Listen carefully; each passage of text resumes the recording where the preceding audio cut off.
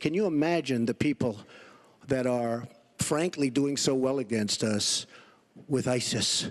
And they look at our country and they see what's going on. Yes, I'm very embarrassed by it. I hate it. But it's locker room talk. But I have tremendous respect for women. Have you ever done those things? Women have respect for me. And I will tell you, no, I have not. I think it's clear to anyone who heard it that it represents exactly who he is. If you look at Bill Clinton, far worse, minor words, and his was action. It's just awfully good that someone with the temperament of Donald Trump is not in charge of the law in our country. Yeah, because you'd be in jail. Secretary Clinton. You delete 33,000 emails, and then you acid wash them, or bleach them, as you would say, a very expensive process. So we're going to get a special prosecutor, and we're going to look into it. I'd like to get to the questions that the people have brought here tonight to talk to us about. And get off this question.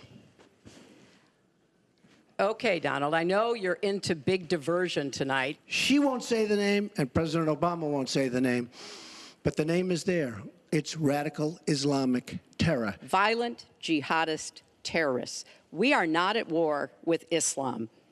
And it is a mistake, and it plays into the hands of the terrorists to act as though we are. I understand the border. She doesn't. She wants amnesty for everybody. Come right in. We have never in the history of our country been in a situation where an adversary, a foreign power, is working so hard to influence the outcome of the election. And believe me, they're not doing it to get me elected. They like to say the Russians. She doesn't know if it's the Russians doing the hacking. Maybe there is no hacking. Did you use that $916 million loss to avoid paying personal federal income taxes? For Of course I do.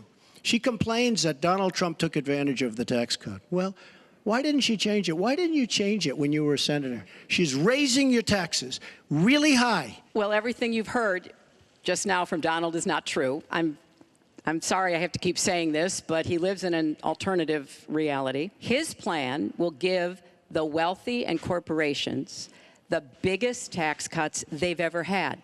You know, every time we take rebels, whether it's in Iraq or anywhere else, we're arming people. And you know what happens? They end up being worse than the people. Look at what she did in Libya with Gaddafi. She's got tremendous hatred. And this country cannot take another 4 years of Barack Obama, and that's what you're getting with her. Clinton, does Mr. Trump have the discipline to be a good leader?